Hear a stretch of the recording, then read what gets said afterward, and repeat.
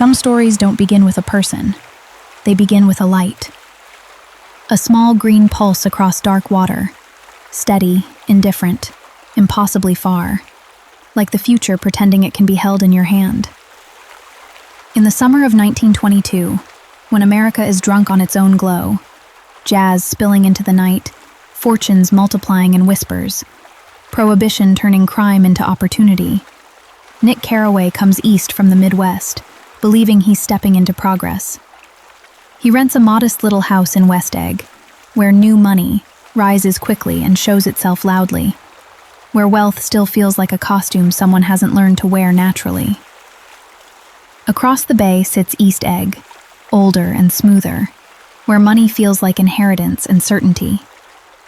That's where Daisy Buchanan lives, Nick's cousin, floating through rooms with a voice like a promise you can't quite cash. And that's where Tom Buchanan lives too, broad, aggressive, and careless in the way only someone protected by generations can afford to be. The first time Nick visits them, everything looks bright and expensive and vaguely unstable, like a chandelier hanging by a thread. Jordan Baker is there as well, cool and self-contained, an athlete trained to keep her face still and her intentions private. Nick tells us he's inclined to reserve judgments, but even he can feel it. Behind the silk and laughter, something is already cracked. Next door to Nick is a mansion that seems less like a home than a myth someone built out of stone. It belongs to Great Gatsby.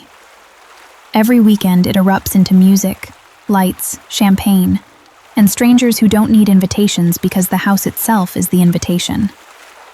Cars arrive like migrating creatures. People spill across the lawns as if beauty were a public utility. They drink Gatsby's liquor, tell Gatsby's stories, invent Gatsby's past. A murderer, a war hero, a spy. Nobody knows. Everyone decides. And there's something almost eerie about how easily the crowd consumes the illusion, as if the illusion is what they came for. When Nick finally meets Gatsby, the legend resolves into a man who is surprisingly gentle. Gatsby smiles in a way that feels practiced and sincere at the same time, as if he's learned exactly how to make someone feel chosen. He calls Nick old sport, with a careful warmth.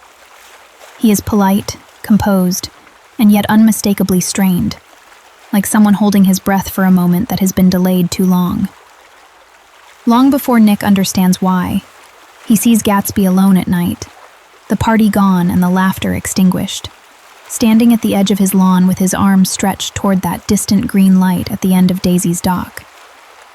It's not the posture of a man admiring his success. It's the posture of a man praying. And then the truth emerges, softly at first, like a photograph developing. Gatsby isn't throwing parties for pleasure. He's throwing them like nets. He is waiting for Daisy to wander in. Daisy, it turns out, is not only Nick's cousin and Tom's wife, she is Gatsby's past, or rather the version of his past he has turned into a sacred object. Years earlier, before the war, Gatsby and Daisy were in love. Gatsby was poor then. Daisy lived inside wealth the way fish live inside water, surrounded, sustained, unable to imagine leaving it.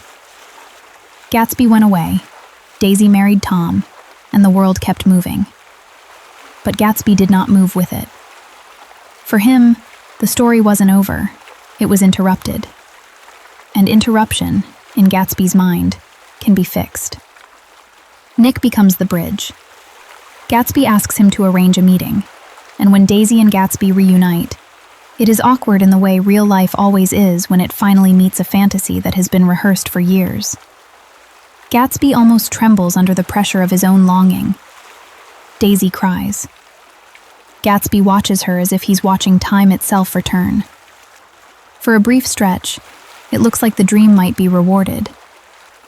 Yet even in that sweetness, there's a tension that never leaves. Gatsby isn't simply loving Daisy in the present. He is trying to make the present obey the past. Fitzgerald makes that obsession feel seductive, and then quietly shows its cost. Gatsby has reinvented himself, born James Gats, He has authored a new identity with the devotion of an artist. He has money now, but money with shadows in it. Bootlegging, underworld connections, the looming presence of Meyer Wolfsheim, a man who treats crime like commerce.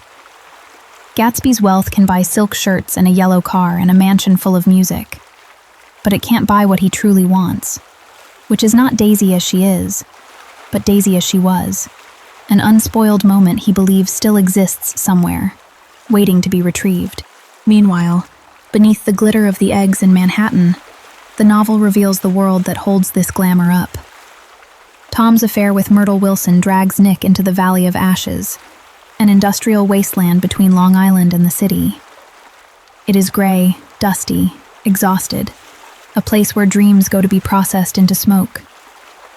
Myrtle lives there with her husband George, who runs a failing garage and seems worn down by a life that never quite begins.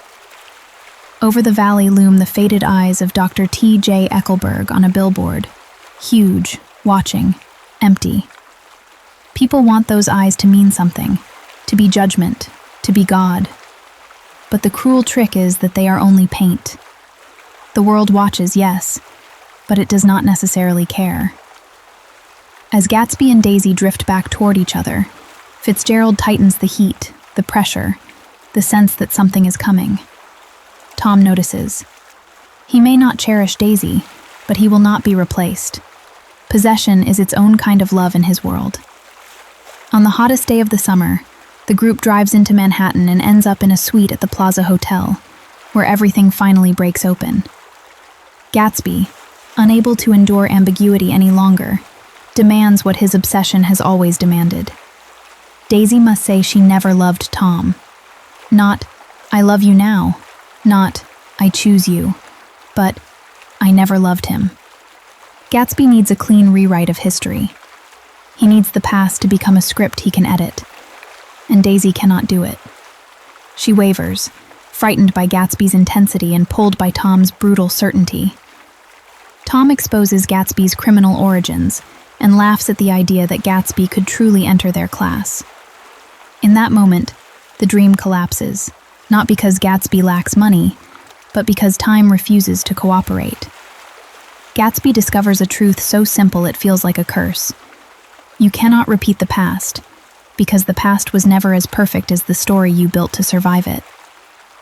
The tragedy that follows feels almost inevitable, as if the novel's symbols have been moving toward it all along. On the drive back, Myrtle runs into the road. Daisy is behind the wheel of Gatsby's car. The vehicle strikes Myrtle and kills her, and in the shock and darkness and confusion, the event becomes less an accident than a moral verdict. Gatsby, still clinging to his devotion, takes the blame, standing guard outside Daisy's house that night like a knight protecting a castle that will not open its gates. Tom, in his own ruthless way, redirects George Wilson's grief toward Gatsby. George, shattered and desperate for meaning, becomes an instrument of someone else's cruelty. He goes to Gatsby's mansion, finds him in his pool, Gatsby suspended in water like a man trying to float in his own dream, and shoots him. Then George kills himself. The summer ends in blood, and the music stops. Afterward, the novel delivers its quietest cruelty. Gatsby's funeral is nearly empty. The party crowd, the people who drank his champagne, who danced on his lawns, who devoured the illusion, vanish.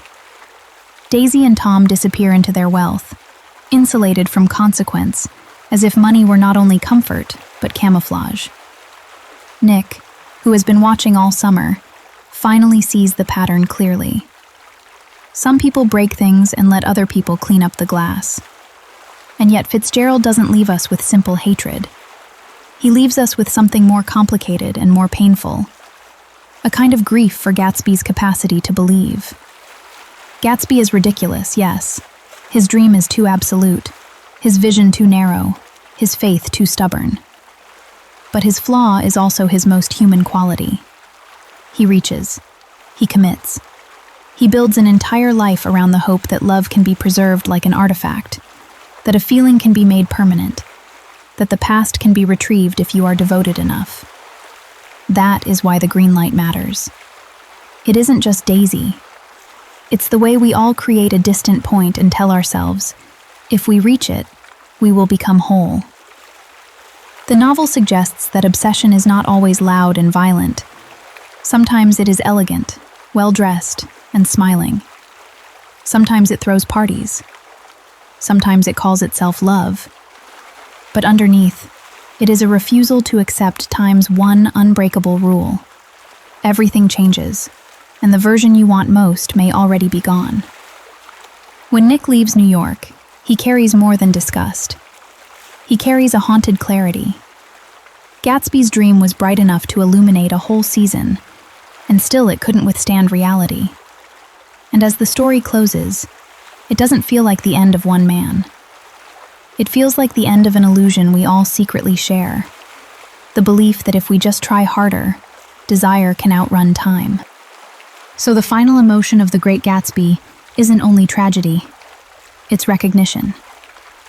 It's the moment you realize how much of life is spent reaching backward while pretending to move forward. Fitzgerald leaves us with an image that lingers like a bruise. We keep rowing toward our green lights, toward our perfect versions, toward our preserved moments, and the water keeps pulling at us, endlessly, quietly, undoing our certainty, until all we can do is beat on, boats against the current, borne back, again and again, into the past.